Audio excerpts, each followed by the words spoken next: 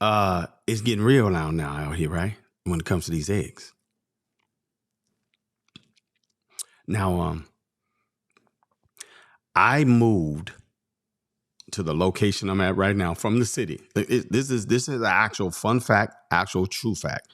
I moved from the city, from a huge house in the city, paid it off, rented out from time to time. I'm gonna be honest, I don't even know what to do with it. I just actually do studio time up in it here and there because I'm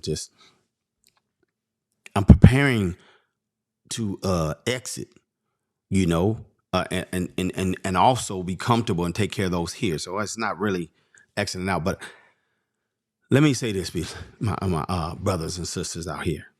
And I want to say brothers and sisters, I mean everybody, okay? So because you all in this same fight. You are. If you on something else that you don't care about people and whatnot, then that's on you. But I got people across the street that actually do more for me than I'm not even gonna go there. I mean, they cross the street. They some good people.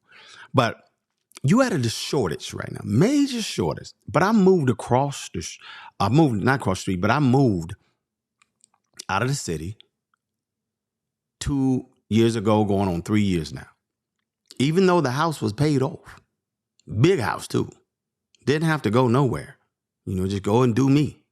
And I got there by making sure I take care of what is it called, getting off the 9 to 5 or investments. But even when I was on a 9 to 5, I was investing because I wanted to make sure that I invest, even though I'm doing a side hustle, I'm working a 9 to 5, pay the bills, invest, pay the bills, invest. Listen to the fire community. I mean, I know certain other areas, to me, the fire community is a little bit slow for me when it comes to getting it, but it works.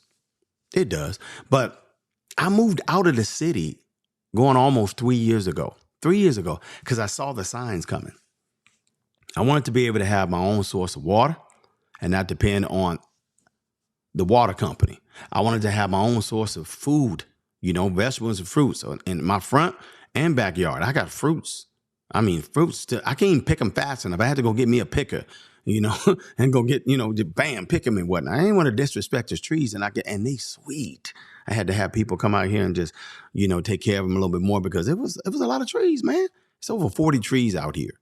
So I moved out here because I wanted to make sure I made decisions for my family, made decisions for me. You got to start thinking ahead. You can't be thinking just a week ahead or thinking this, for tomorrow. And I know you got a lot of drama going on in your life, but you're focusing so much on the drama and you're creating it. Did you catch it? You focusing so much on the drama, you are creating drama in your life. Don't you want peace? I know you want peace. So it's so serious now. These eggs are ridiculous. Yeah, because they're going in a different direction. I'm going to keep on saying it. The greatest transformation of wealth is here. So they're doing like a cleanup, and individuals that understand and actually, you deal with your spirit. You actually know how to, focus on the higher frequency. You ain't really dancing all the time on your lower frequency. You understand what I'm talking about. So they're doing some cleanup house and whatnot, creating all kinds of extra because they want to have a transition. At the same time, they're not all agreeing with one another, AKA your government, our government that wants it this way, that runs everything. Go on Africa, man. They ain't the chiefs, man. The people run things.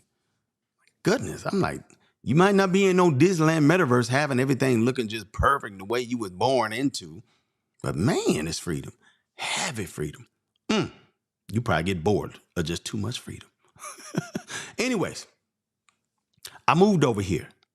So now when my queen comes home and says, you know what, and then family members and friends come over and say, hey, the price of eggs, a dozen of eggs is $8 to $12.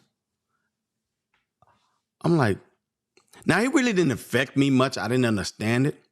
But when other family members around was like, hey, look, is it all right if we put some chickens in the chicken coop? Because you ain't got none. You got 2 chicken coops over here and you ain't got no chickens. You ain't got no horses. You ain't got no cows. You ain't got no lamb. You ain't got nothing. You ain't got no sheep. You ain't got nothing. I'm like, I feel you. I really wasn't concerned about it like that. But depending on how you eat, we get it. But, you know, is it all right if we put some chickens back here and you're not really sure? Because you got 2 chicken coops fully already created. And the people took the chickens with them when you bought the house. But, you know, you ain't got no chickens. Is it all right if we clean it up, take care of it, and we put some chickens in there so we can get some eggs? I'm like, opportunity. Mm-hmm. You mean you got individuals coming over here, realizing, understanding that it's time to think outside the box and survive? That's how you need to start thinking. You need to start getting with your local individuals and finding out what you should and should not be doing, how you can start surviving out here, who you can connect with, because they ain't playing out here. Listen, if you know anything about farmers, I'm around individuals that farm, and for some reason, the feed that you buy, the chickens don't want it no more. I'll let you ponder on that for a little bit. Let your conspiracy mind wander away. But people in the city won't really grasp that and understand it, the difference between. But you got to actually pay a little extra, you know, to make sure. So I was telling the ones around here, like, we ain't got to put no chickens back here. Won't you just get with our neighbors? They pretty sure they got a lot of eggs, which they do.